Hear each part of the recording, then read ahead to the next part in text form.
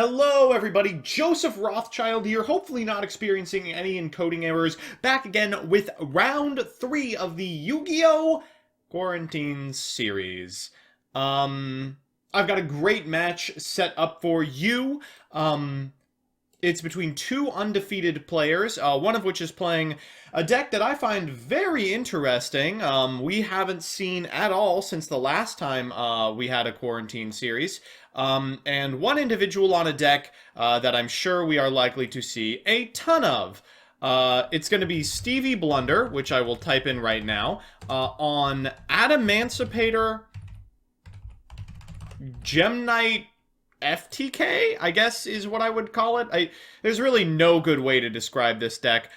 It's an Adamancipator deck that is playing the Gem Knights and aims to do what Gem Knight does best versus Burrito Man 93 on Eldlich. Now, Burrito Man is a really good player. They have their fingers in basically every single one of these online tournaments in terms of hosting. They are very intelligent player who used to top quite frequently with Sky Striker. So Eldlich is the pretty clear next step in that lineage. You know, a slow control deck that all relies around a single 3 of. And hopefully I will be able to find their match momentarily. It looks like they have the wrong person in it. Here we go. All right. And I will let them know I'm in, and we will get off to the races. The last time that Stevie was on camera, they were playing the same deck. They ended up going X2 in that 6-round tournament, 7-round tournament maybe.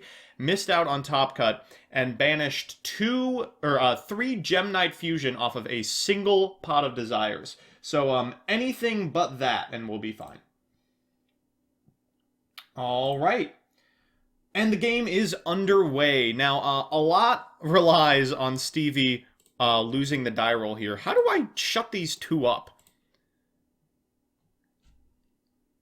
Alright, it looks like Burrito has won the die roll, which is terrible news for Stevie. Alright, so Burrito's on the invoked version of Eldlich. It gives it just a little bit more ability to go first and set up a competent board without having to flex Eldland's specific ability to destroy opponent's monsters. Stevie says, alright, I'm going to take a nap. See you later. So we're going to go through the combo that I'm sure you all know and love by now. Normal A-lister, going to Almirage, going to Secure Gardna, so you can Invocation for a Makaba, this time in defense position, not playing around with Lightning Storm. Alright, we're going to add the Invoked back to hand before firing off an Elixir of Black Awakening. That's going to get an Eldlich from deck. And yeah, Stevie's absolutely right. This is just about the nuts in terms of what you could be drawing. The man who's playing Adamancia saying he's going to bed. Oh yeah, I mean... So, shockingly, this isn't the worst thing in the world. Like, oh wow, and discarding Block Dragon for 1/1. Ugh, that makes activating this Makaba seem way worse. You still might do it. I mean... it's hard to pass up a 2-for-1 here, but it looks like Burrito's going to let it resolve, going for a Gem Knight Lapis Lazuli. And now that there's a rock monster on his side of the field, Stevie can summon an Adamancipator Researcher from his hand. You can open settings for no chat, can't you? I can, but... oh, like more settings? Hide archetypes? No. No. I have chat off, it's just not working. Alpha Cretin, why? Alright, so we're going to get another copy of Gem Knight Lazuli, and this is the necessary material for a Link monster. Let's see if we see it.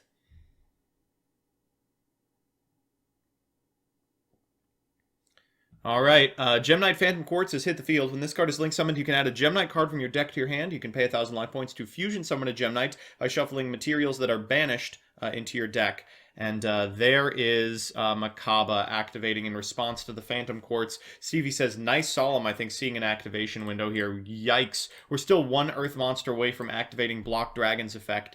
But that's really the way it would get back into the game. All we need here is a free special, of which there are a ton, and then should be able to link away into a Synchro, potentially one that negates one of these back row cards, activate Block Dragon, and we're off to the races. Stevie thinking here. Yeah, I mean, there's a couple of lines. When you're off of the FTK, it becomes a little more difficult. You're playing just bad Adamancipator at that point, but bad Adamancipator is still good. It's probably better than about 60% of, all decks. How about mine, Eldlich? Thank the Lord that Eldlich doesn't play mine. Or rather, can't by virtue of needing Eldlich on their side of the board a lot of the time.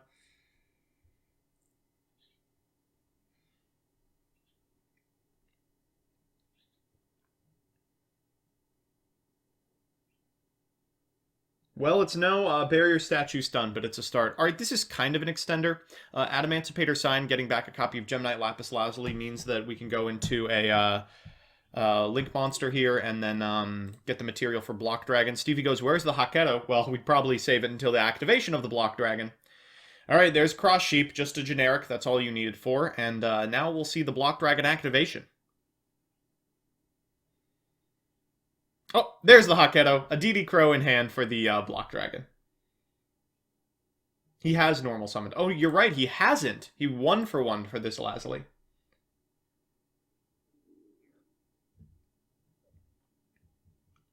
How is Giant Skyhawk doing? Oh, I'll give you a little bit of information about how everyone's doing. Sampai, the individual who won the previous Yu-Gi-Oh! Quarantine series, is currently undefeated. Giant Skyhawk is undefeated. It is happening again. Both halves of the Leonard household are undefeated, Jeff and Cyber VX, as well as both of these players and a smattering of other individuals. All right, going to battle phase with Block Dragon. Wait, what was the banish off DD Crow? Lazuli? Oh no, there was another Block Dragon in hand. Fantastic.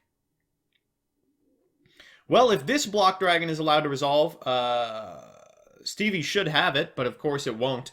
There's the ability to get another Makaba quite easily. What's your stand on Engage? Probably keep it banned. Alright, there's a Haketo. Eldlich of Black Awakening, such a powerful card. A situation that I did, says Stevie.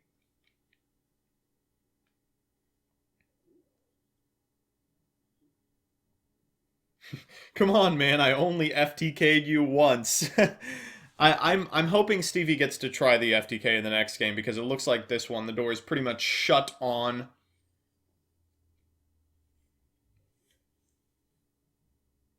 Is the Auroradon player in this YCS as well? Oh, Labcoat? Yes, they are.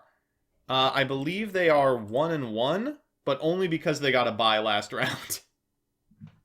Labcoat, bless his heart, he plays some choices in his decks that are just a little bit suspect.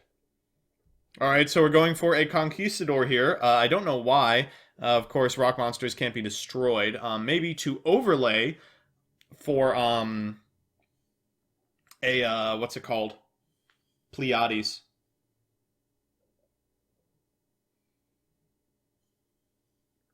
Yep, and it looks like that's what we're going for. Yikes.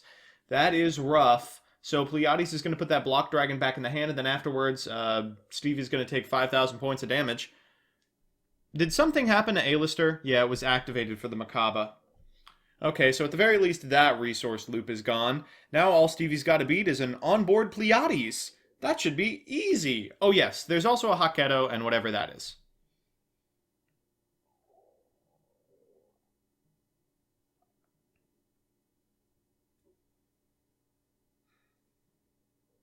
Alright, so normal summoned Crystal Rose is pretty good. Crystal Rose is an extremely strong card. It lets you send a Gemknight from your hand or deck to the graveyard, but in this scenario, it's just going to prompt a concession out of Stevie.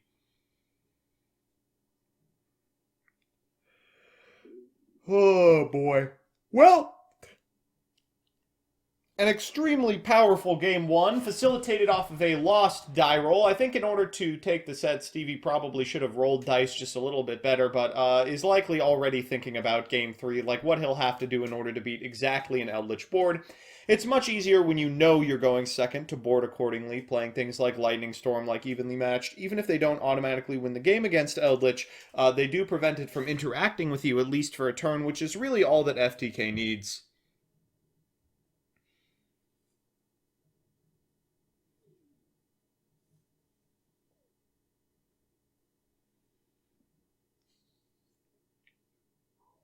All right, Stevie, what's in the grip? Poo-poo hand? Oh, no. You know, for someone playing the FTK, I don't think I've ever seen Stevie FTK. So, Gemini Fusion in the opening grip, gonna send Obsidian and Lapis for Zirconia, and because Obsidian was sent from the hand of the graveyard, he can special summon this Lapis.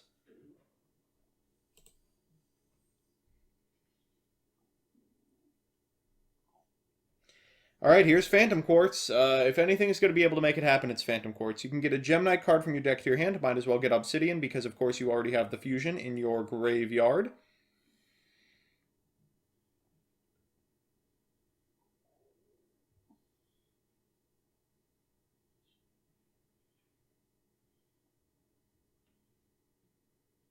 Alright, we're going to banish 3 here for Block Dragon in the opener! That's actually not terrible. Phantom Quartz can now fire for just about anything later in the turn. Gonna go into a Proxy Dragon just to resolve block, and Burrito, if you've got an Ash Blossom, now is the time.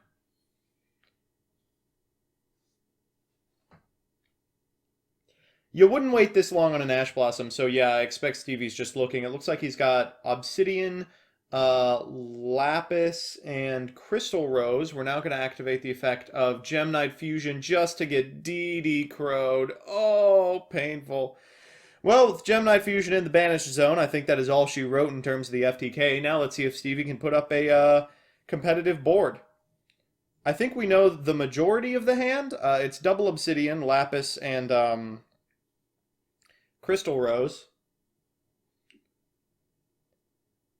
And because this Proxy Dragon has the worst typing in the history of time, it's not going to facilitate any Adamancipators anytime soon. Normal summon Crystal Rose. Oh, fine.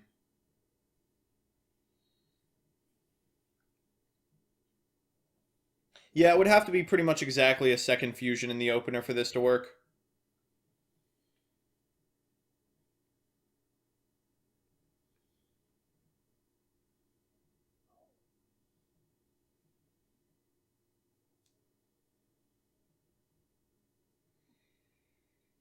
And I think thinking here about the play, Crystal Rose, of course, is a super powerful card with a ton of really awesome targets.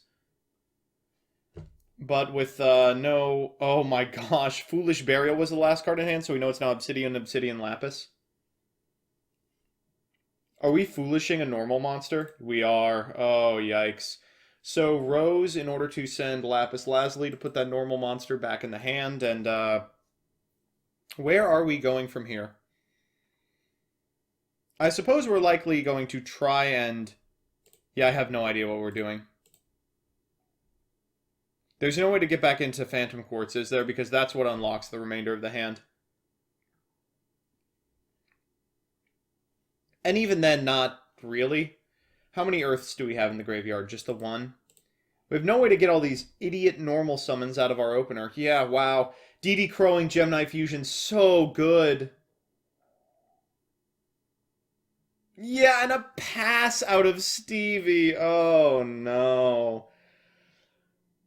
Yeah, I feel pretty bad as well. Should have searched Researcher off of Block. I mean, I don't know if the star lines added up for that. Oh, Magician Souls out of Burrito Man. This is just about as bad as it gets. It means he's going to be able to send some traps that wouldn't get their effect this turn anyway to draw cards that will potentially just win him the game.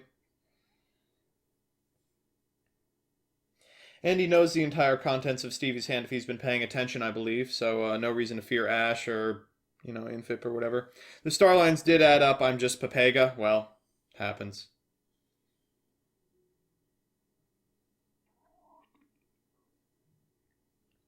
And here's Eldland. So Eldlich the Golden Lord will be destroying one of Stevie's cards. I think likely it's going to be this copy of Crystal Rose. Oh, going for the Proxy Dragon.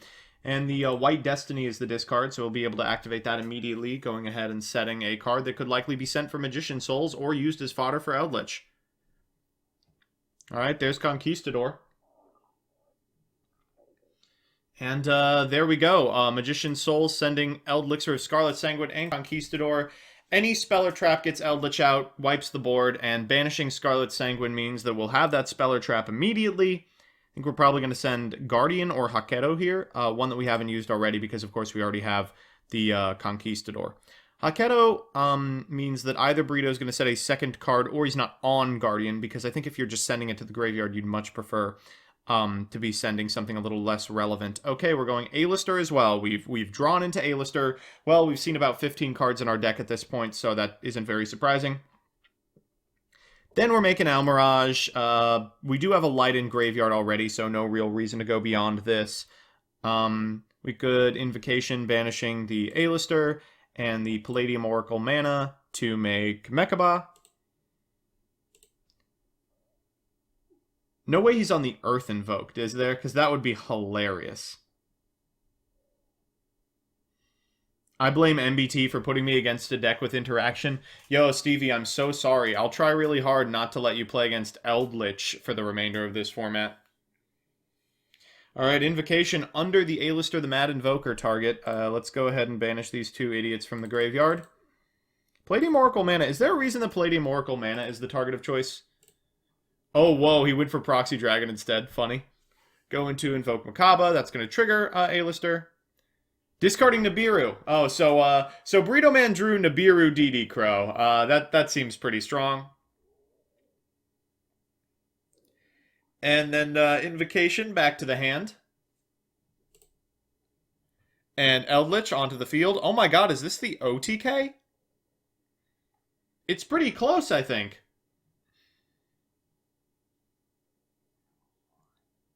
A-listering the Mechaba. Oh my god, it is lethal. Gonna Invocation one more time. Tell me he's on the Earth one. I think we have a fire in graveyard anyway in terms of the Almirage, so it doesn't matter. But it'd be very funny.